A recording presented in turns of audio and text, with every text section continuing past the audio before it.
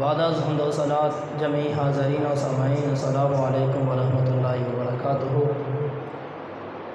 آج کے جمعۃ المبارک کے اجتماع کے اندر میں آپ حضرات کے سامنے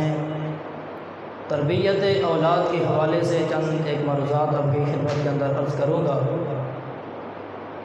دعا ہے خلاق عالم کی بارگاہ میں کما حقوق بیان کرنے، سمجھنے اور عمل پیدا ہونے کی توفیق عطا فرمائے۔ پچھلے جمعۃ المبارک پر میں نے آپ حضرات کے سامنے والدین کی 3 اہم ذمہ داریاں آپ کی سماعتوں کی نظر کی تھی کہ والدین کی سب سے پہلی اور بڑی ذمہ داری یہ ہے کہ جب اولاد اللہ رب العالمین انہیں عطا فرمائے تو سب سے پہلے اپنے اولاد کے لیے اچھے نام کا انتخاب کریں۔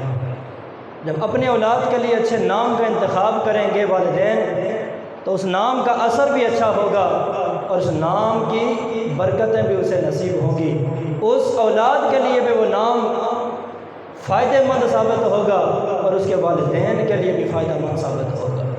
اور دوسری والدین کی ذمہ داری یہ ہے کہ والدین اپنے اولاد کی ضروریات پوری کریں، اپنے اولاد کے خوراک کا، اس کی غذا کا، اس کے لباس کا، اس کی رہائش کا اور دیگر اس کی ضروریات زندگی کا بندوبست کریں، اس کے اخراجات برداشت کریں۔ یہ والدین کی ذمہ داری ہے۔ یاد رکھنا کہ اگر آپ ایک زمین کے اندر، ایک کھیت کے اندر ایک بیج بوتے ہیں یا آپ کوئی چھوٹا پودا لگاتے ہیں تو بیج بونے کے بعد، پودا لگانے کے بعد آپ کو اسے پانی دینے کی بھی ضرورت ہوتی ہے، آپ کو اس کی نگہداشت کی بھی ضرورت ہوتی ہے، اس کی نگرانی کرنے کی بھی ضرورت ہوتی ہے اور اس کی حفاظت کرنے کی بھی ضرورت ہوتی ہے۔ تو اسی طرح اگر آپ کی آغوش کے اندر، اس انسانی گلشن کے اندر، آپ کے اس خوبصورت باغ کے اندر بیٹے یا بیٹی کی صورت میں، اولاد کی صورت میں رب پھل اور پھول عطا فرما دے، رب یہ پودے لگا دے خوبصورت، تو یاد رکھنا ان پودوں کی بھی حفاظت کی ضرورت ہوتی ہے، ان کی دیکھ بھال کی بھی ضرورت ہوتی ہے۔ اس لیے والدین کی دوسری ذمہ داری یہ ہے کہ اپنی اولاد کی پرورش کریں، اپنی اولاد کی کفالت کریں اور ان کی نگرانی کریں۔ اور تیسری بڑی اور اہم جو والدین کی ذمہ داری اور ڈیوٹی ہے وہ یہ ہے کہ والدین اپنی اولاد کی تعلیم و تربیت کا اہتمام کریں۔ اس حوالے سے میں نے پچھلے جمعۃ المبارک پر قرآن مجید برہان رشید سورہ لقمان میں سے ایک حضرت لقمان کی چند ایک نصیحات آپ کی سماعتوں کی نظر کی تھی۔ تو حضرت لقمان نے اپنے بیٹوں کی نصیحت فرمائی ہے۔ رب العالمین نے ان نصیحتوں کو قرآن کے اندر بیان کر کے صبح قیامت تک آنے والے والدین کے لیے یہ سبق اور پیغام اور نصاب دے دیا ہے کہ تم نے اپنی اولادوں کی تربیت کیسے کرنی ہے، اپنی اولادوں کو پڑھانا کیا ہے، اپنی اولادوں کو سکھانا کیا ہے۔ تو اسی تربیت اولاد کے موضوع کو لے کر آگے بڑھ رہا ہوں۔ یاد رکھنا کہ تربیت اولاد دین کے تمام شعبہ جات میں سے ایک اہم شعبہ ہے۔ اس حوالے سے آپ شریعت مطہرہ کو اٹھا کے دیکھیں، شریعت مطہرہ کو پڑھیں، دین مصطفیٰ کو سمجھیں کہ زندگی کا کوئی شعبہ ایسا نہیں ہے کہ جس شعبے کے حوالے سے، جس لمحے کے لحاظ سے دین مصطفیٰ نے ہماری رہنمائی نہ کی ہو، میرے آقا حضور نے اپنی امت کی تربیت نہ کی ہو، آقا حضور نے اس امت کے اندر جو والدین ہیں ان کی تربیت نہ کی ہو کہ تم نے اپنی اولادوں کی تربیت کیسے کرنی ہے، اپنی اولادوں کو پڑھانا کیا ہے، اپنی اولادوں کو سکھانا کیا ہے۔ آئیے ایک خوبصورت حدیث آپ کی سماعتوں کی نظر کر رہا ہوں، لیکن اس سے قبل ایک جملہ عرض کرنا چاہتا ہوں۔ یاد رکھنا کوئی بھی اولاد ہے، ہر اولاد کو سنوارنے کے اندر جو بنیادی کردار ہوتا ہے وہ والدین کا ہوتا ہے، اور ہر اولاد کو بگاڑنے کے اندر بھی جو بنیادی کردار ہوتا ہے وہ والدین کا ہوتا ہے۔ اولاد اگر سنورتی ہے تو بنیادی طور پہ جو کردار ہوتا ہے والدین کا ہوتا ہے، اور اگر اولاد بگڑتی ہے تو بنیادی طور پہ کردار کس کا ہوتا ہے؟ والدین کا ہوتا ہے۔ اس حوالے سے میرے آقا حضور سرکار مدینہ صلی اللہ علیہ وسلم نے فرمایا کل مولود یولد علی الفطرۃ، میرے آقا فرماتے ہیں کائنات کے اندر جتنے بھی بچے پیدا ہوتے ہیں ہر بچہ فطرت اسلام کے اوپر پیدا ہوتا ہے، ہر بچہ فطرت اسلام کے اوپر پیدا ہوتا ہے۔ فرما ابواہ یحودانہ وینصرانہ ویمجسانہ، ہر بچہ فطرت اسلام پہ پیدا ہوتا ہے۔ اب پیدا ہونے کے بعد یہ اس کے والدین کے اوپر ڈپینڈ کرتا ہے کہ والدین اس کو یہودی بناتے ہیں، والدین اسے عیسائی بناتے ہیں یا والدین اس کو مجوسی بناتے ہیں۔ یہ میرے آقا حضور کی حدیث ہے۔ میرے آقا نے فرمایا ہر بچہ فطرت اسلام کے اوپر پیدا ہوتا ہے۔ یہ والدین تک ہے کہ اسے یہودی بناتے ہیں، عیسائی بناتے ہیں، مجوسی بناتے ہیں، یا اسے پکا اور سچا مسلمان بناتے ہیں یا کچھ اور بناتے ہیں، یہ والدین تک ہے۔ یاد رکھنا کہ کوئی بھی بچہ جب دنیا کے اندر آتا ہے وہ ناپاک نہیں ہوتا، اس کی روح ناپاک نہیں ہوتی ہے، اس کا دل گندا نہیں ہوتا ہے، اس کا دماغ گندا نہیں ہوتا، اس کی سوچیں گندی نہیں ہوتی، وہ تو ایک صاف دماغ لے کے آتا ہے، وہ تو صاف دل لے کے آتا ہے، وہ تو ایک چمکتا ہوا دل لے کے آتا ہے۔ اب یہ والدین تک ہے کہ اس کے دماغ کو کس انداز میں بھرنا ہے، اس کے دل کو کس انداز میں بھرنا ہے، اس کے دل کی چمک کو کس انداز میں برقرار رکھنا ہے، اس کے دماغ کی چمک کو کس انداز میں برقرار رکھنا ہے۔ تو یہ والدین تک ہے کہ وہ اپنے اولاد کی تربیت کیسے کرتے ہیں، اپنے اولاد کو پڑھاتے کیا ہیں، سکھاتے کیا ہیں۔ جس انداز میں والدین اپنے اولاد کو پڑھائیں گے سکھائیں گے، پھر اولاد ایسی ہی بنتی چلی جائے گی۔ آپ دیکھیں کہ بچہ جب پیدا ہوتا ہے تو سب سے پہلے اسے غسل دیا جاتا ہے، پھر اس کے کانوں میں اذان دی جاتی ہے۔ کہ آپ نے کبھی غور کیا کہ یہ غسل کیوں دیا جاتا ہے، یہ اس کے کانوں میں اذان کیوں دی جاتی ہے؟ تو یاد رکھنا کہ بچے کو جب غسل دیا جاتا ہے یہ اس بچے کے لیے بھی اور ہر انسان کے لیے بھی یہ ایک سبق ہوتا ہے۔ جب آیا ہے تو تجھے غسل دیا جا رہا ہے، اور جب دنیا سے جا رہا ہے تب بھی تجھے غسل دے کے روانہ کیا جاتا ہے۔ اس کا مطلب یہ ہے اور تیری زندگی کی ابتدا بھی طہارت سے ہو رہی ہے، تیری زندگی کی انتہا بھی طہارت میں ہو رہی ہے۔ اس کا مطلب یہ ہے اور یہ سبق یہ ہے کہ تو نے ساری زندگی اپنے جسم کو پاکیزہ رکھنا ہے، اپنے جسم کی صفائی کا خیال رکھنا ہے۔ میرے آقا نے فرمایا الطہور شطر الایمان، یہ جو صفائی ہے یہ ایمان کا حصہ ہے، یہ طہارت ایمان کا حصہ ہے۔ اس لیے میرے آقا حضور کے غلاموں سب سے پہلا میسج یہ ہے مسلمان کے لیے کہ تم نے ساری زندگی اپنے جسم کی طہارت کا خیال رکھنا ہے۔ لیکن افسوس کے ساتھ آج ہمیں طہارت کے مسائل ہی نہیں آتے۔ کئی لوگ ایسے ہیں جن کو سنت طریقے کے مطابق استنجا کرنے کا طریقہ نہیں آتا، وضو کا طریقہ صحیح نہیں آتا، غسل کا طریقہ صحیح نہیں آتا۔ کئی شادی شدہ جوڑے ایسے ہیں اپنی طرف سے تو وہ غسل کرتے ہیں لیکن غسل ہوتا نہیں ہے، اور اسی طرح حالت جنابت میں وہ گھومتے رہتے ہیں۔ کئی دن ایسے گزر جاتے ہیں اور کئی پھر نمازیں بھی ایسے پڑھتے ہیں، قرآن بھی ایسے پڑھتے ہیں۔ مجھے بتائیں جب غسل ہی صحیح طریقے سے نہیں ہوگا ان کی عبادات کیسے قبول ہوں گی اور باقی ان کے معاملات کیسے قبول ہوں گے؟ اس لیے میرے آقا حضور کے غلاموں بنیادی طور پہ ہر انسان ہر مسلمان کو طہارت کے مسائل سمجھنا سیکھنا اور اپنے جسم کی طہارت کا خیال رکھنا بہت ضروری ہے۔ اور پھر بچے کے کانوں کے اندر اذان دی جاتی ہے۔ اب سوال تو یہ چھوٹا سا معصوم بچہ بھی 1 گھنٹے کا ہے، 2 گھنٹے کا ہے یا چند گھنٹوں کا ہے، اس کے کانوں میں اذان دینے کا مطلب کیا ہے؟ یار ایک معصوم بچے کو کیا پتہ یہ کیا ہے، لیکن باوجود اس کے بھی شریعت کہتی ہے اس کے کانوں کے اندر اذان دو۔ بچہ ہے تو بھی کانوں میں اذان دو، بچی ہے تو بھی کانوں کے اندر اذان دو۔ تو شریعت مطالعہ کا یہ حکم اور ہر مسلمان اس حکم کی تعمیر کر کے پوری امت مسلمہ کو یہ سبق دے رکھے گئے کہ یہ جو اذان بچے کے کانوں میں دی جا رہی ہے یہ اس وجہ سے دی جا رہی ہے، یہ اس بچے کے لیے شہادت ہوتی ہے اور ساری امت مسلمہ کے لیے بھی شہادت ہوتی ہے کہ یہ بچہ مسلمان کا بچہ ہے، یہ مسلمان کے گھر میں پیدا ہوا ہے اور اس نے بڑے ہو کے مسلمان بنا ہے۔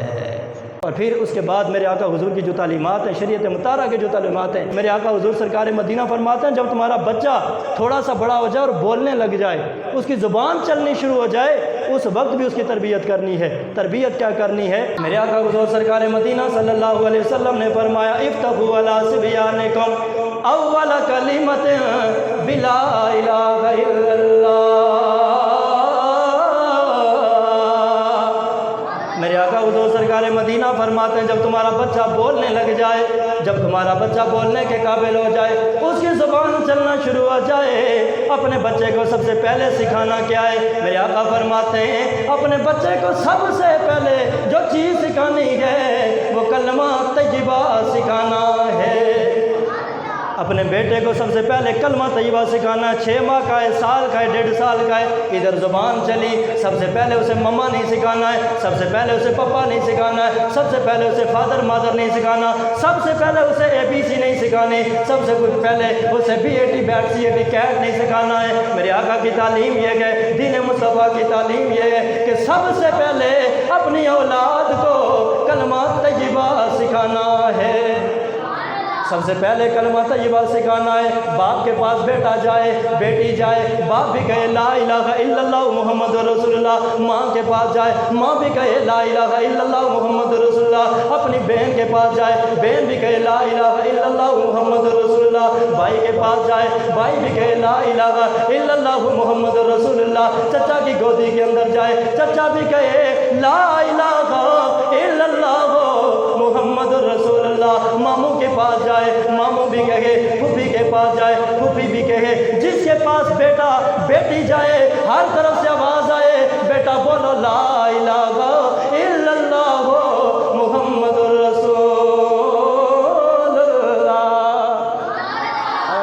طرف سے کلمہ طیبہ کی آواز آئے گی نا اس کے کانوں کے اندر، تو یہ کلمہ طیبہ اس کی زبان کے اوپر جاری ہو جائے گا، اس کے دل دماغ کی تختیوں کے اوپر پیوست ہو جائے گا، پھر ساری زندگی کلمہ طیبہ پڑھتے ہوئے گزارے گا۔ اور پھر اس کے بعد میرے آقا حضور کی جو تعلیمات ہیں، شریعت مطہرہ کی جو تعلیمات ہیں، جب 7 سال کا بچہ ہو جائے اس کو نماز کا حکم دو،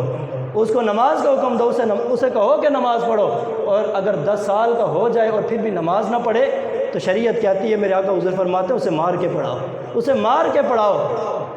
تاکہ اسے پتہ ہو 10 سال تک میرے والدین جو مجھ سے بے حد پیار کرتے ہیں، میرے ساتھ بڑی شفقتوں کا معاملہ کرتے ہیں، مجھے کبھی ڈانٹا نہیں ہے، کبھی مارا نہیں ہے، غلطی کرتا ہوں تو بھی ماتھا چوم کے پھر بھی درگزر کر دیتے تھے۔ لیکن آج اگر مجھے سزا مل رہی ہے، کس بنیاد پہ مل رہی ہے؟ کہ نماز نہ پڑھنے کی وجہ سے، تو یقیناً جب یہ بات اس کے ذہن کے اندر آئے گی، دل دماغ میں آئے گی، تو یقیناً اسے پتہ ہوگا یہ کوئی خاص چیز ہے، یہ کوئی خاص تحفہ ہے، یہ کوئی خاص عبادت ہے، اس لیے والدین جو کل تک تو پیار کرتے تھے آج نماز نہ پڑھنے کی وجہ سے مجھے سزا دے رہے ہیں۔ تو اس لیے والدین جب سختی کریں گے، والدین جب سختی سے نماز پڑھائیں گے تو وہ اولاد نماز کے اوپر لگ جائے گی، پھر ساری زندگی وہ نماز سے دور نہیں جائے گی۔ اور پھر اسی طرح اپنی اولادوں کو مسجد کے اندر بھیجیں، جب مسجد کے اندر آپ کی اولاد آئے گی اسے ایک تو مسجد کے تقدس کا پتہ چلے گا، پھر مسجد کے اندر آ کر دیگر مسلمانوں سے جب ملاقات کرے گا، ان سے اچھی اچھی باتیں سنے گا، ان کا اٹھنا بیٹھنا دیکھے گا، ان کے معاملات زندگی دیکھے گا، تو یقیناً اس کے اوپر اچھا اثر پڑے گا، کئی باتیں وہ دیگر نمازیوں سے سیکھ کے اپنے گھر کی طرف جائے گا۔ اس لیے اپنی اولادوں کو نماز کے اوپر لگا، قرآن کے اوپر لگا، انہیں کہو صبح اٹھ کے روزانہ قرآن پاک پڑھنا، صبح اٹھ کے روزانہ قرآن مجید کی تلاوت کرنی ہے، سب سے پہلے نماز پڑھنی، اس کے بعد قرآن پڑھنا، سب سے پہلے کیا کرنا ہے؟ نماز پڑھنی، اس کے بعد قرآن پڑھنا ہے۔ جب وہ آغاز کے اندر، ابتدا کے اندر ہی سے، بچپن ہی سے وہ نماز کے اوپر لگ جائے گا، وہ ڈیلی قرآن مجید کی تلاوت کے اوپر لگ جائے گا، وہ ساری زندگی پھر نماز اور قرآن سے دور نہیں بھاگے گا، نماز اور قرآن سے اپنا رشتہ نہیں توڑے گا۔ پھر اس کے بعد جب تھوڑا اور بڑا ہو جائے، اس کو ساتھ ساتھ اخلاقیات کا بھی درس دو، اگر کوئی غلط بات کرتا ہے اس کی اصلاح کرو، کوئی غلط کام کرتا ہے اس کی اصلاح کرو، اسے بتاؤ کہ تم نے بات کیسے کرنی ہے، تم نے کھانا کیسے ہے، تم نے پینا کیسے ہے، تم نے بیٹھنا کیسے ہے، ایک ایک بات اپنے اولاد کو سکھاؤ۔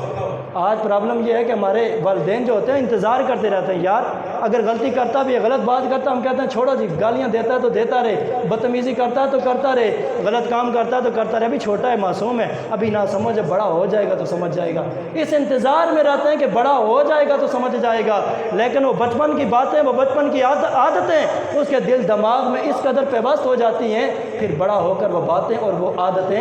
کبھی بھی نہیں چھوڑ سکتا ہے۔ اس لیے شریعت مطہرہ کہتی ہے کہ پہلے دن سے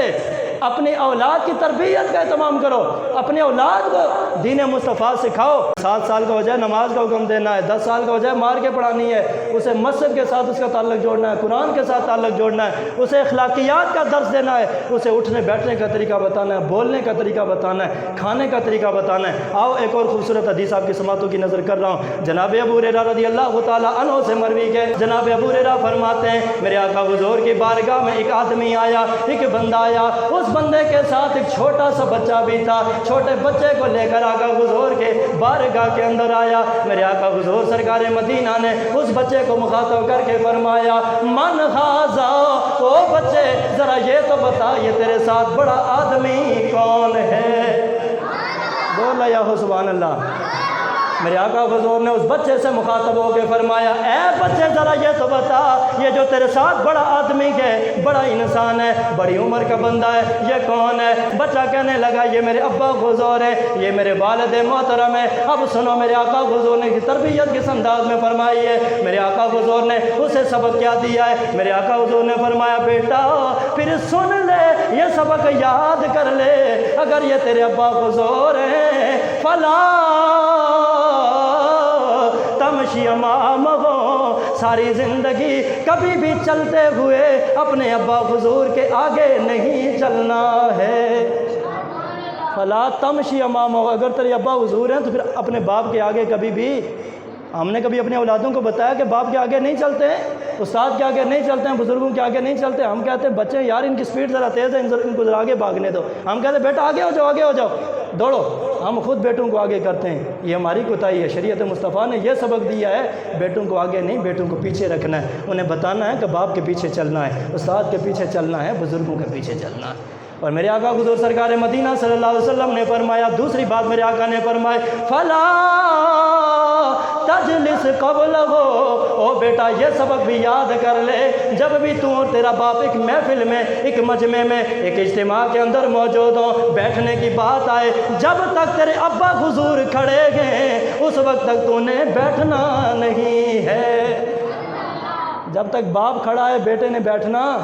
بیٹے کا کام بنتا ہے کہ وہ بھی ادب و احترام کے ساتھ کھڑا رہے، کہ باپ پہلے بیٹھے گا تو میں بیٹھوں گا۔ لیکن آج ہوتا یہ ہے کہ باپ کھڑا ہے، بیٹا آرام سکون سے بیٹھنا تو دور کی بات ہے، بیٹے لیٹے ہوتے ہیں، بیٹے کس کیفیت میں ہوتے ہیں پتہ ہی نہیں ہوتا ہے۔ اس لیے والدین کی ڈیوٹی ہے کہ اپنے اولادوں کو بتائیں،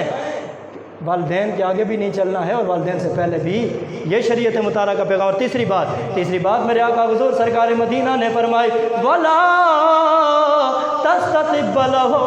او بیٹا یہ پیغام بھی سن لے، یہ پیغام بھی یاد کر لے، کبھی بھی زندگی کے اندر اپنے ابا حضور کو گالیاں نہیں دلوانی ہیں۔ کبھی بھی اپنے باپ کو گالیاں، اس کے دو وجوہات ہو سکتی ہیں، دو مطلب ہو سکتے ہیں۔ ایک مطلب تو یہ ہے کہ کبھی بھی کسی کو گالی نہیں دینا ہے، کسی کے والدین کو گالی نہیں دینی ہے کہ تاکہ وہ واپس آپ کے والدین کو گالی دے، آپ کے باپ کو گالی دے یا آپ کی ماں کو گالی دے۔ یا دوسرا مطلب یہ بھی ہو سکتا ہے کبھی بھی زندگی میں کوئی ایسی بات نہیں کرنا، کوئی ایسا کام نہیں کرنا جس کی وجہ سے لوگ تمہارے والدین کو برا بھلا کہیں۔ اور چوتھی بات میرے آقا حضور سرکار مدینہ نے فرمائی، وَلَا تَدْعُ بِاسْمِهِ، او بیٹا یہ پیغام بھی سن لے، یہ بھی یاد کر لے، ساری زندگی جب بھی اپنے ابا حضور کو بلانا ہے تو اپنے ابا حضور کا نام لے کے انہیں نہیں بلانا ہے۔ یہ 4 نصیحتیں میرے آقا حضور نے اس بیٹے کو فرمایا یہ تیرے ابا جان ہے، ابا جان سے آگے بھی نہیں چلنا ہے، ابا جان سے پہلے بیٹھنا بھی نہیں ہے، ابا جان کو گالیاں بھی نہیں دلوانی ہیں، اور اپنے ابا جان کا نام لے کر کبھی ان کو پکارنا بھی نہیں۔ یہ اسلام کی تعلیمات ہیں۔ کبھی ہم نے یہ حدیثیں پڑھی ہیں، کبھی یہ دین مصطفیٰ ہم نے پڑھا ہے، کبھی سیکھا ہے؟ جب خود سیکھا نہیں ہم اپنے اولادوں کو بتائیں گے کیا؟ جب اولادوں کو بتائیں گے نہیں تو انہیں کیا پتہ ہوگا کہ والد کے آگے چلنا ہے یا پیچھے چلنا ہے، والد سے پہلے بیٹھنا ہے یا بعد میں بیٹھنا ہے؟ اسے کیا پتہ ہوگا کہ والد کا نام لے کے پکارنا ہے یا انہیں ابا حضور یا ابا جی کہہ کے پکارنا ہے، ادب و احترام کے ساتھ انہیں پکارنا ہے۔ اس لیے میرے آقا حضور کے غلاموں، دین مصطفیٰ پڑھو، دین مصطفیٰ سیکھو اور اپنے اولادوں کو دین مصطفیٰ سکھاؤ۔ یاد رکھنا کہ کوئی بھی اولاد اگر سنورتی ہے تو والدین کی وجہ سے سنورتی ہے، بنیادی کردار والدین کا ہوتا ہے۔ کوئی بھی اولاد بگڑتی ہے تو والدین کی وجہ سے بگڑتی ہے۔ 2 باتیں عرض کر رہا ہوں، وقت بالکل اختتام پذیر ہو رہا ہے۔ حضرت عبداللہ ابن مبارک ہے، آپ کی بارگاہ کے اندر ایک بندہ آیا اور آ کر اپنے بیٹے کی شکایت کی، اپنے بیٹے کی شکایت کی کہ اے عبداللہ ابن مبارک، میرا بیٹا بڑا نافرمان ہے، میرا بیٹا بڑا اس کا کردار ٹھیک نہیں، اس کا اخلاق ٹھیک نہیں، اس کے معاملات ٹھیک نہیں ہیں۔ جب شکایت کی نا عبداللہ ابن مبارک کی بارگاہ میں، بندے نے اپنی اولاد کی اب بڑا خوبصورت سوال کیا عبداللہ ابن مبارک نے، حال دعوت علیہ، کیا تو نے کبھی اپنے بیٹے کو بد دعا دی ہے زندگی میں؟ قال نعم، کہنے لگا ہاں کئی بار دی ہے، ہاں اپنے بیٹے کو بد دعا دی ہے۔ تو عبداللہ ابن مبارک نے بل افسدتہ، فرمایا کہ اے بندہ خدا پھر سن، یہ بیٹا خود برباد نہیں ہوا ہے، یہ بیٹا تیری بد دعاؤں کی وجہ سے برباد ہوا، یہ خود برباد نہیں ہوا، تو نے اسے بد دعائیں دے دے کے برباد کیا ہے، یہ خود برباد نہیں، تیری بد دعاؤں نے اسے برباد کیا ہے۔ اس لیے میرے آقا حضور کے غلاموں، اس سے پیغام اور سبق یہ ہے، اپنے اولادوں کو اچھی نصیحتیں کرو، اچھی تربیت کرو، لیکن باوجود اس کے بھی اگر اولاد نافرمان ہے، ان کی باتیں غلط ہیں، ان کے اخلاقیات ٹھیک نہیں، ان کا کردار ٹھیک نہیں ہے، تو کبھی بھی اپنی اولاد کو بد دعا نہیں دینی ہے، کبھی بھی اپنی اولاد کو بد دعا نہیں دینی ہے، کیونکہ باپ کی زبان سے بد دعا نکلتی ہے، اولاد کا بیڑا غرق کر کے رکھ دیتی ہے۔ اس لیے اپنے اولاد کو بد دعا نہیں دینی ہے۔ اگر غلط کام کرتا بھی ہے اپنی اولاد کے لیے دعا کریں۔ میرے آقا حضور کی سیرت تو یہ ہے، میرے آقا حضور نے اپنے دشمنوں کو بھی بد دعائیں نہیں دی، بلکہ اپنے دشمنوں کو بھی دعائیں دی، دشمنوں کو بھی دعائیں دی، یار یہ تو آپ کی اولاد ہے، اگر آج بگڑ گئی ہے، اس کے معاملات ٹھیک نہیں ہے، اس کا کردار ٹھیک نہیں ہے، تو اسے بد دعا نہ دو، اس کی ہدایت کے لیے دعا کرو، یا اللہ اسے ہدایت عطا فرما، یا اللہ یہ ناسمجھ ہے اسے سمجھ عطا فرما، یا اللہ اسے راہ راست عطا فرما، یا اللہ اسے حق اور باطل، صحیح اور غلط، جائز اور ناجائز کی تمیز عطا فرما۔ جب والد اپنی اولاد کے لیے دعا کرے گا، یاد رکھنا کچھ دعائیں وہ ہوتی ہیں جو اللہ کے بارگاہ میں فوراً مقبول ہوتی ہیں، اور انہی دعاؤں میں سے ایک دعا وہ ہے جو والدہ اپنی اولاد کے لیے کرتے ہیں، اللہ اس دعا کو فوراً اپنی بارگاہ کے اندر قبول فرما لیتا ہے۔ اس لیے اپنے اولادوں کو زندگی میں کبھی بھی بد دعا، دل دکھ جاتا ہے، اولادیں غلط کام کر بیٹھتی ہیں، غلط کام ہو جاتے ہیں، اس کا مطلب یہ نہیں کہ اپنے اولادوں کو بد دعائیں دو، بلکہ اپنے اولادوں کو دعا کرو، اگر بگڑ گئی ہے تو بھی دعا کرو، بد دعا نہیں کرنی ہے۔ اسی طرح ایک اور حدیث مبارکہ آپ کی سماعتوں کی نظر کرتا ہوں، میرے آقا حضور سرکار مدینہ صلی اللہ علیہ وسلم نے فرمایا کہ رحم اللہ والدن